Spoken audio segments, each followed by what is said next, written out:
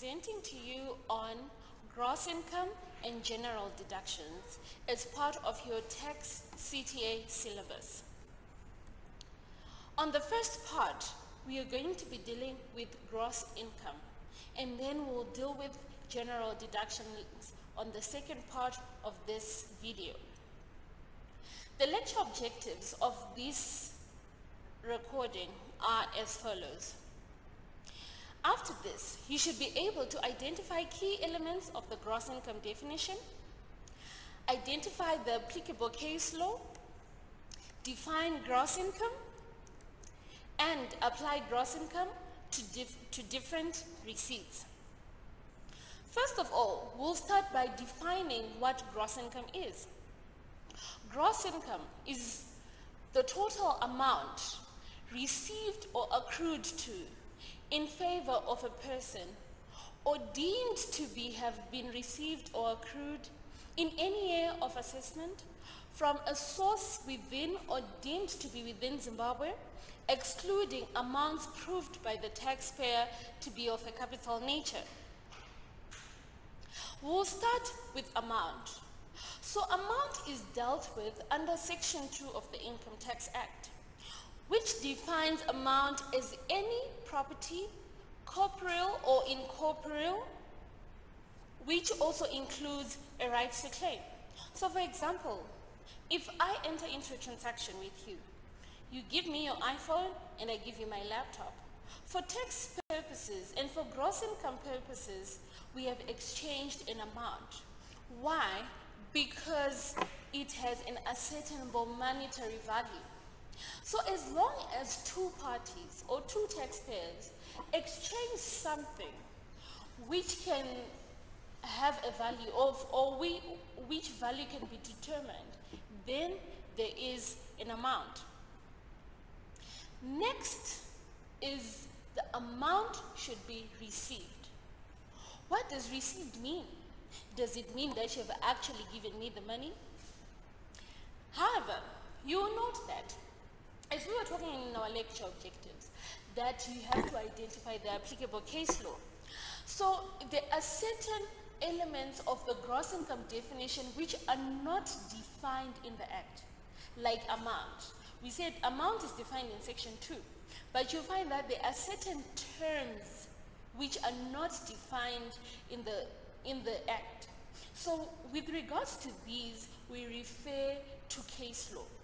So case law is basically, there were some people who had an argument, they went to court, and then the court decided on something, as you would have learned in your administrative framework. So now, ZIMRA, as well as other players in the industry, they rely on these case laws to make decisions, because I'm sure you can agree with me that if you just say received by, it doesn't really define what receipt means. So according to case law, received means you have received the money on your own behalf. So for example, let's say I'm an agent, I sell people's cars. If I sell your car for you and I receive $2,000 on your behalf, I'm sure we can agree that that money is not mine. That money belongs to the person whose car I have sold. So that person has received the money on their own behalf, but I have received it on behalf of someone else. That means it's not gross income to me. But for example, if I get a commission for this sale, I have received that money for myself. And because of that, it is in my gross income. But for money which is received mostly by agents, that money is not received on their own behalf. That means it cannot be included in their gross income. Another determining factor of whether you have received an amount or not is whether you've received it for your own benefit. So I'll give you an example. People pay deposits. Some are refundable, some are refundable. Some are non-refundable, sorry. So what then happens is, if you receive a refundable deposit, there is sort of this thing that we say, oh, so it's not theirs because they are going to have to refund it. But case law then goes further to describe what own benefit is. So if you can use the money to do whatever you want to do. Let's say, for example, you enter into a lease agreement for the house that you're staying in and you have to pay a refundable deposit, and the lease is for 5 years. Will your landlord use that money or not? I think they will use that money. And we can then safely conclude that it's for their own benefit. So usually, there are certain, for example, estate agents, they might have trust accounts, whereby these deposits are put in a trust account, where it is kept safe, where it is kept separate from other monies. Those amounts will not be received from their own benefit, because if they're in their trust accounts, that means they're not using them. But if they're just mixed with all our other funds, if we have one account where we keep all our monies, that means there's a high probability that we're going to use that money for our own benefit. And that means we have received that money. If you refer to your module, you'll see a couple of examples which will help you to understand this concept better of received by. The main case law which we refer to with regards to received by is the Golden Heist case. You will see it in your module as well. I'll talk a bit about revenue received in advance. So previously, because you have received an amount, if, for example, let's say a level 1 student. A level 1 student pays CAA their fees for the whole of 2019 and 2020. So that means you've paid your 2020 fees in advance, agreed. So in this case, ideally, because CAA is going to receive this money and it's going to put it in its bank account where they take all the money for the day-to-day activities, then it could be deemed that to a certain extent they have received it for their own benefit. However, effective 1 January 2018, ZIMRA came out and further defined the gross income definition with regards to revenue received in advance. So basically, when you receive revenue in advance, the law requires you to recognize those receipts when you have delivered the goods or services. So for example, in our example of a level 1 student, if you're going to include this in gross income, we'll only include in gross income level 1 fees in 2019, and then in 2020 we will then also include in our gross income the level 2 fees. So now you cannot include your revenue received in advance in totality, but now you have to do it as you provide the service, as you provide the goods. For another example, a construction company, and you want them to construct your house, and you give them all the money for the project on day 1. In their gross income, they are only required to include the money for what they would have done there. So let's say by the end of the year, they would have only constructed up to roof level or something, and they still have to construct the roof. And you gave them 1 million, and 200,000 is for the roof. That means in that current year, they can only recognize 800,000. And the 200,000 will only be recognized when they have built that roof onto your house. Accrued. So, when it comes to accrual, it means, do you have a right to the amount, for example?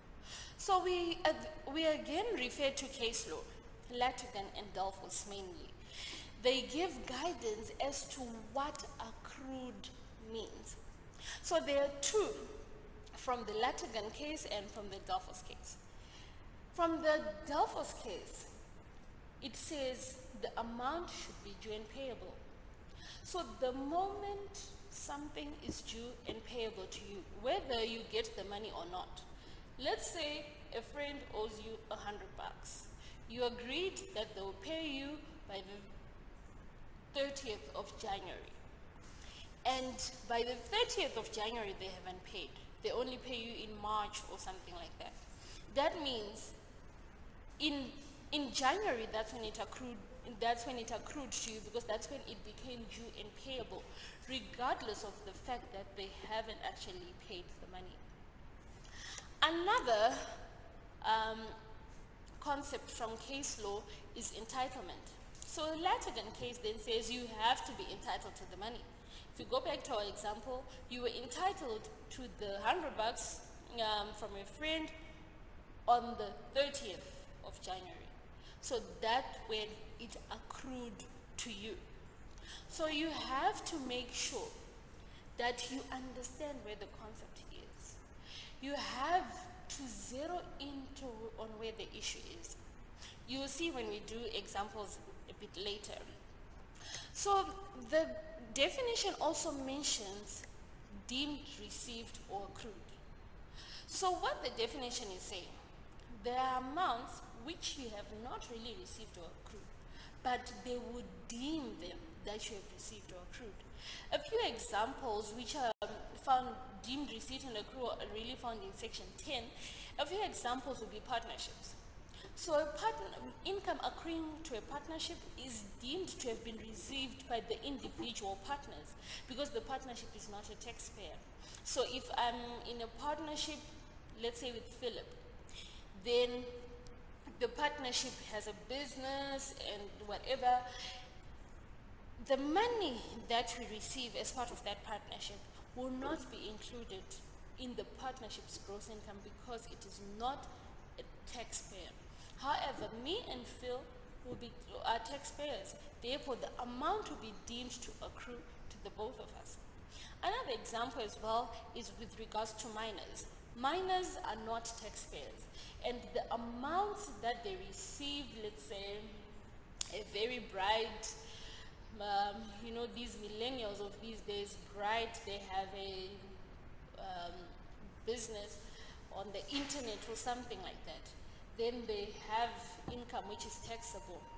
That income will be deemed to have accrued to their parents. We'll look at an example on accrual. In October 2018, JEB Limited declared and paid out a performance bonus based on its interim results to all staff members and partners who were with the partnership as of 30 June 2017. The bonus was equivalent to 100% of October rates of salary.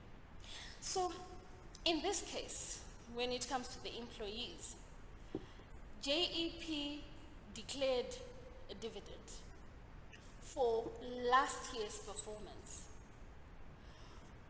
Now, the accrual happens when it was declared, because that's when the employees became entitled to it. Before, in as much as it was based on 2017 results, it is taxable in 2018, because that's when it has accrued. So accrual, remember, when were you entitled to it? When was it due and payable?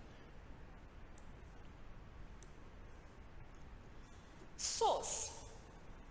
So as per our gross income definition, it mentions that the amount should be from a source within Zimbabwe. As you know, our tax system in Zimbabwe is source-based. That means everything from a source within Zimbabwe is taxable in Zimbabwe. So how do we determine the source of income? The source of income is its originating cause. Where did it originate? I'll give you a few examples.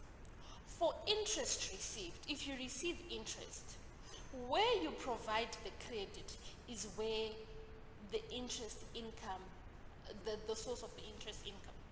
So for example, If you gave credit in South Africa and you get interest income from there, that means the true source of that income is South Africa. Another example, director's fees. Director's fees are because you're a director of a certain company. And with regards to director's fees, the headquarters of the company is the true source of that income. So if you're a director for a company in the UK, that means the true source of your director's fees is the UK. Services rendered. Case law says the true source of income from services rendered is where the services are rendered. So for example, you're seconded to Dubai and you render services to a firm in Dubai and they give you salary or even allowances there. That means the source of those allowances and that income is Dubai. So all these examples are originating from various cases, from various case law. So make sure you go and research further on the different kinds of income and the originating cause. And then, as we remember from the definition of gross income, if an amount is gross income, if it is from a source within Zimbabwe or deemed to be from a source within Zimbabwe. So there's certain income whose true source is out of Zimbabwe, but the Income Tax Act comes and deems it to be from Zimbabwe.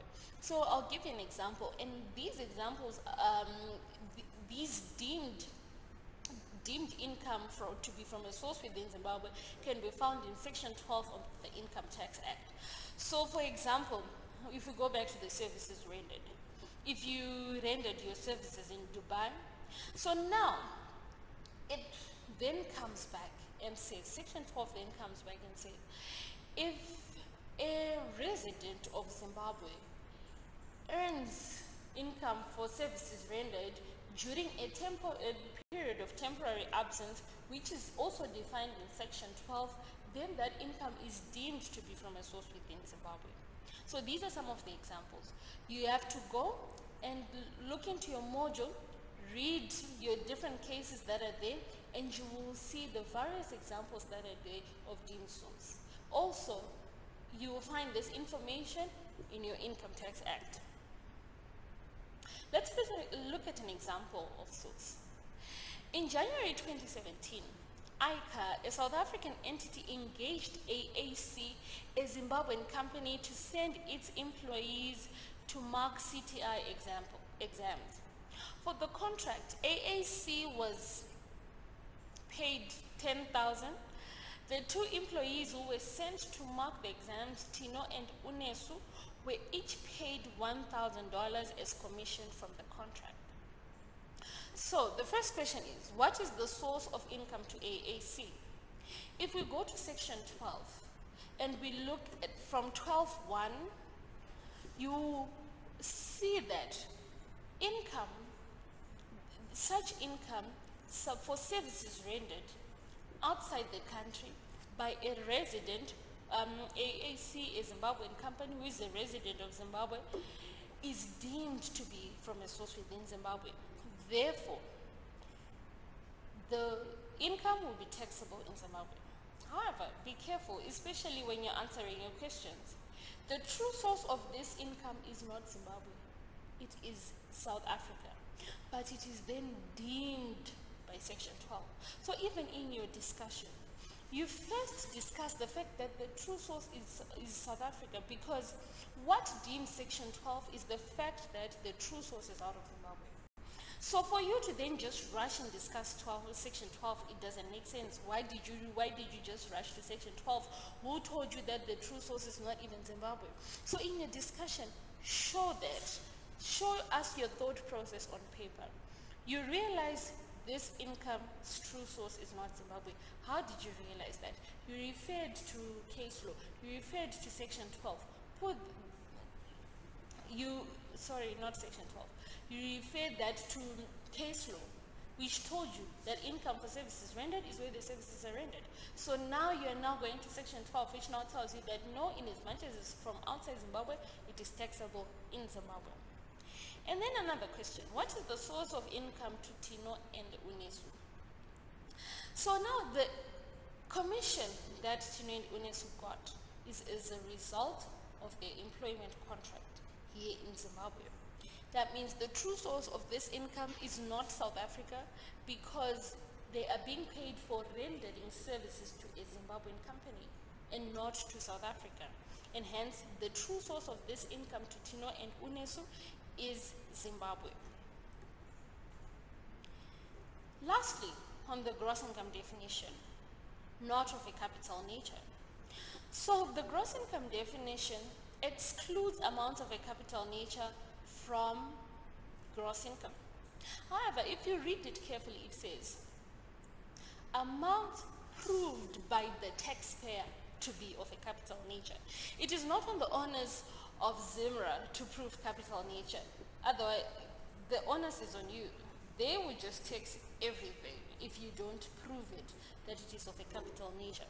So there are various methods that you can use to test capital nature. One of them, most importantly, is the intention of the taxpayer, where they're trying to make a profit, or where they're trying to just, it was just in their day-to-day business. So for capital nature, the usual case law that we refer to is the Weiser case, which talks about the tree and fruit approach. So for the tree and fruit approach, it asks you, if you look at this, is it a tree or is it a fruit? If it's a tree, then it's of a capital nature. If it's a fruit, then it's of a revenue nature. So for example, CAA buys a laptop for use by its employees in the running of the business. That is a tree, which is then going to produce fruits. So this case, you can always refer to it at any time to prove whether something is of a tree, prove whether something is of a capital or revenue nature. However, you need to be careful. There are some things which are not cut and dry, and you need to be smart about it. You use that critical thinking that we encouraged. There's also fixed versus floating capital. Ask yourself, is this fixed? Is this producing fixed or floating capital? If we sell a car, what are we going to have? We are going sort of to retain our capital, which we initially put into the car. If it's floating, that means maybe we have sold revenue, which is revenue nature. And after we sell that revenue, we are going to go and buy more inventory for us to sell. Let's look at an example. Eka Limited is in the business of leasing out properties to corporates and individuals. In August, they decided to sell one of their properties in the CBD due to the recurring disturbances which occur in the CBD. Occasionally, Eka Limited enhances its investment through buying more properties. When necessary for strategic reasons, they sell some of the properties. So in this case, you ask yourself, Eka Limited sold a building, but Eka Limited is not in the business of buying and selling. They're in the business of renting out. But because of the nature of the business, they do a lot of buying and selling.